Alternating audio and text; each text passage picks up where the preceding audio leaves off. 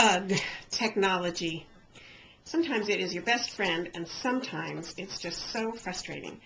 I like to think that I'm pretty good at technology. After all, I used to teach technology. I was a computer software trainer, and I was pretty proud of myself for how quickly I could pick things up and how quickly I would learn things.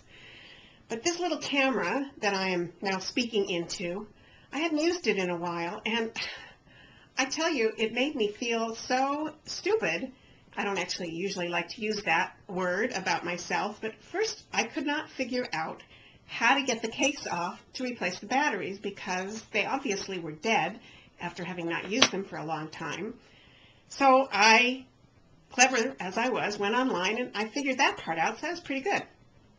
Took the batteries out, put in some new batteries, tried to do a video. I couldn't get it to work. The battery was loose. One was fine, one was loose. And I thought, well, something is really wrong with this camera because it was working fine last time I used it, and now all of a sudden this battery case has got something wrong with it. And I thought it was kind of like, I don't know if you're familiar with the three-way light bulbs, that sometimes when they stop working three ways, there's a little latch on it, and you have to kind of pull it up so that it'll do the three different, see, now I can't even think, the three different ways again. So I was trying to play around with it. I couldn't get it to work.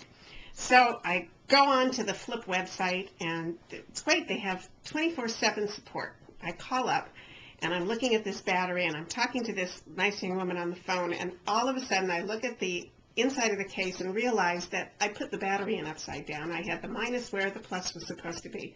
Talk about feeling really silly.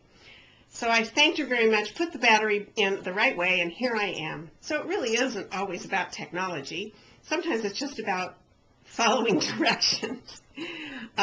So the only other thing I want to say is the part about feeling stupid.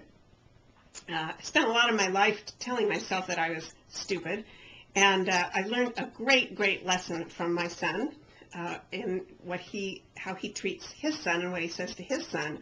And I was there one time and made a mistake. I don't remember what it was, and he said to my grandson, "Silly grandma." And ever since then, when I'm tempted to say that was stupid, like I said in the video a few minutes ago, I catch myself and I say, that was silly. And it's just been such a great relief. So technology sometimes makes me feel really silly. Does it make you feel silly sometimes too?